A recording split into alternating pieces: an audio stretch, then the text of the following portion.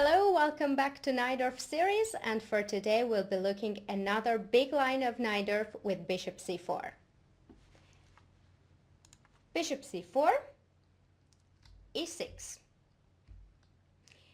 Main is to go back with bishop on b3, but white has here two pawn moves, a3 and a4. I consider that it is too slow because white bishop has to retreat back, but let's have a look. a3. Main idea is to meet b5 with bishop a2. Bishop e7, castle, castle, bishop a2. Now black goes with b5 anyway, f4, bishop b7, queen e2, and we have to pay attention to this move, queen c7. For natural developments of knight bd7, I don't like e5. Of course, it's no big deal, but after queen c7, there is no e5, as de5, fe5, and knight fd7, and the other knight goes to c6. So let's go back to bishop, queen c7, bishop d2. Now knight bd7, rook a e1, knight c5. We can see that e4 pawn is very weak, so after queen f3, queen b6. Now the knight in the center is very vulnerable. King has to go to h1 and rook a b8. Black attack on e4 pawn, and they have very good position. So a3 is not dangerous for black. Let's see what happens on a4. Here I had a very nice game. I was 13 years old and played against a very talented Indonesian grandmaster in Iran, Sukandar Karishma, and I took on e4. It is possible, but I consider that it is a little bit risky. The main reason I took in that game on e4 was that my opponent, after knight e4, d5, always retreated her knight to d2. And there is a very beautiful trick with bishop c5. The point is that after knight goes to b3, bishop f2, king f2, dc4, we can see that knight has nowhere to go, not on d4. If knight comes to c5, there is queen d4. So if white takes on c4, queen h4 gets that piece back and is pawn up.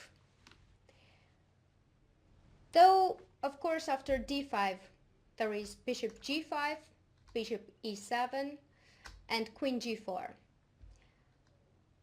It is very complicated, so I don't recommend to take the pawn on e4.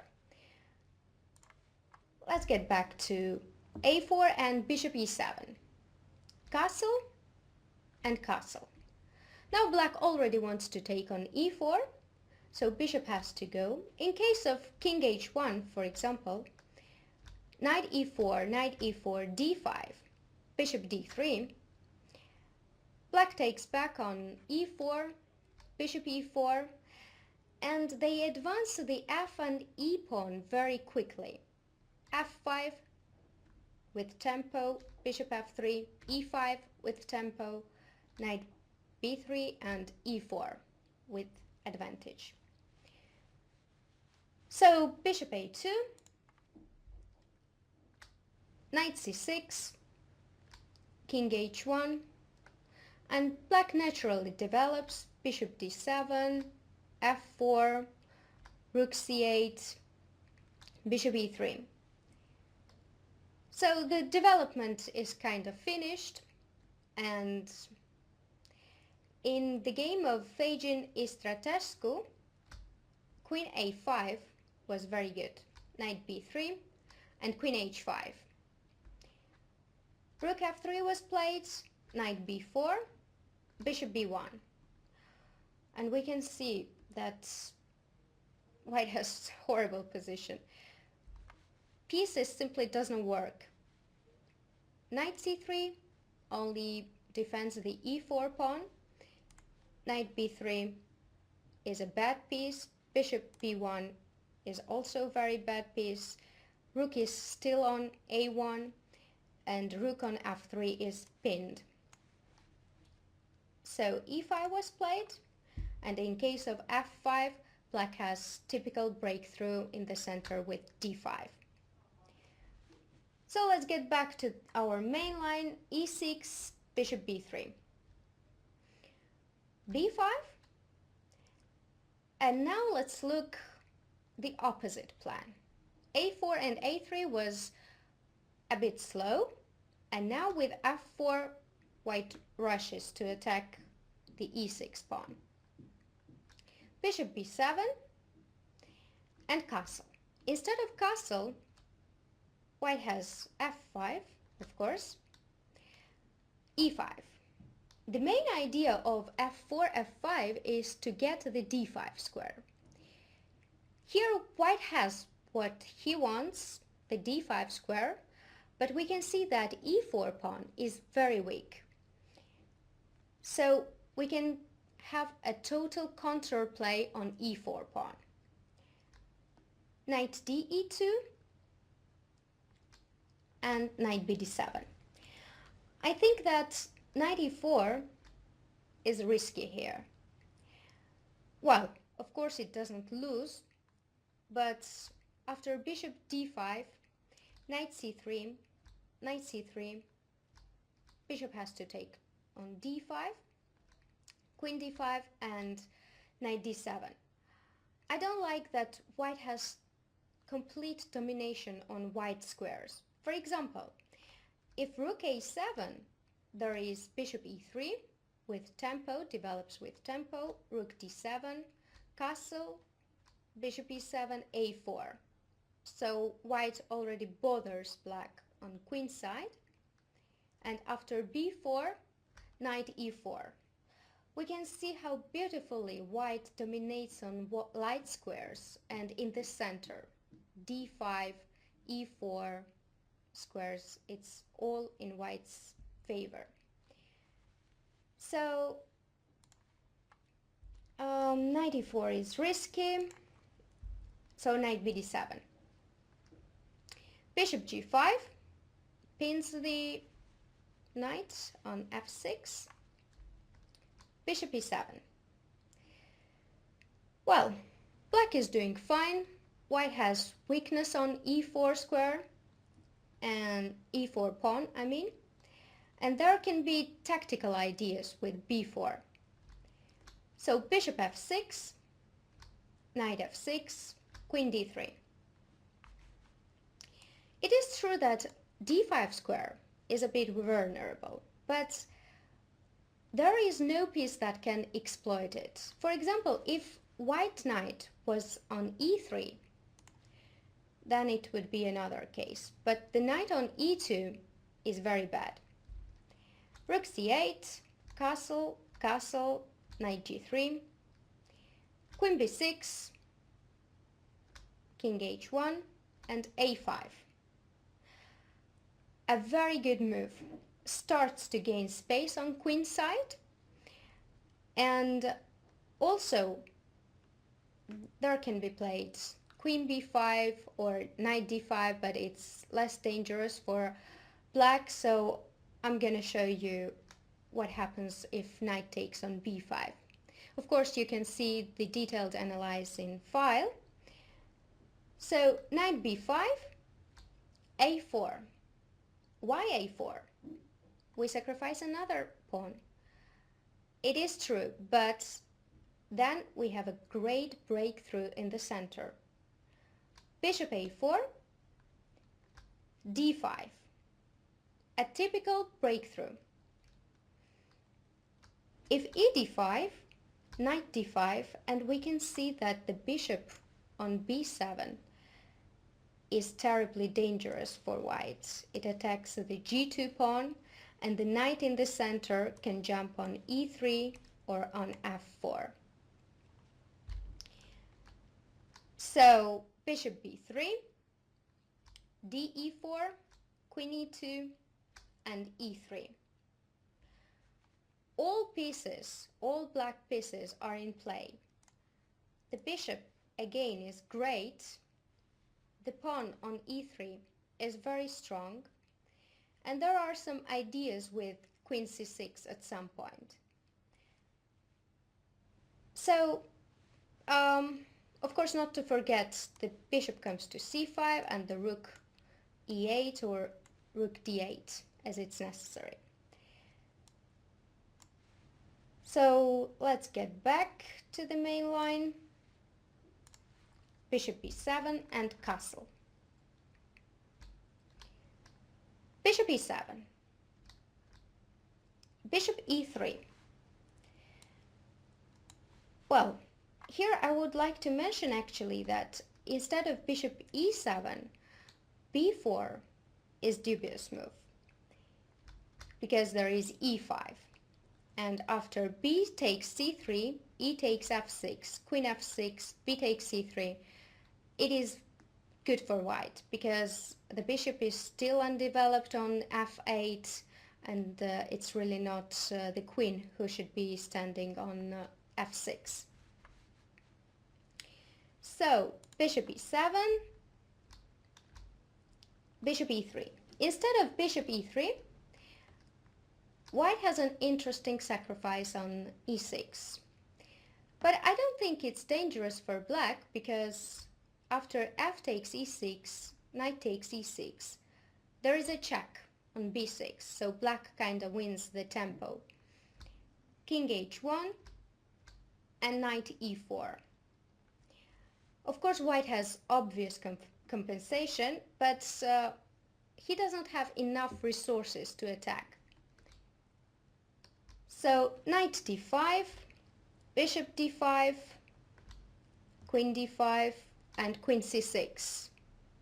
Very nicely covering this a8, h1 diagonal. Knight g7, king d8, queen f5, knight develops to d7. It is very complicated position. It is difficult, but I think that it's not very dangerous, actually not at all dangerous for black because they still have a piece. Knight e6, king c8, knight d4, queen b7. So after bishop e3, white of course keeps some compensation, but black king is not in immediate danger. There is another interesting move, e5, another critical test. D takes e5, f takes e5, and black does not retreat the knight on d7, but instead play a very active move, bishop c5, pins the knight on d4. Bishop e3, knight c6. Again, puts more pressure on d4 knight.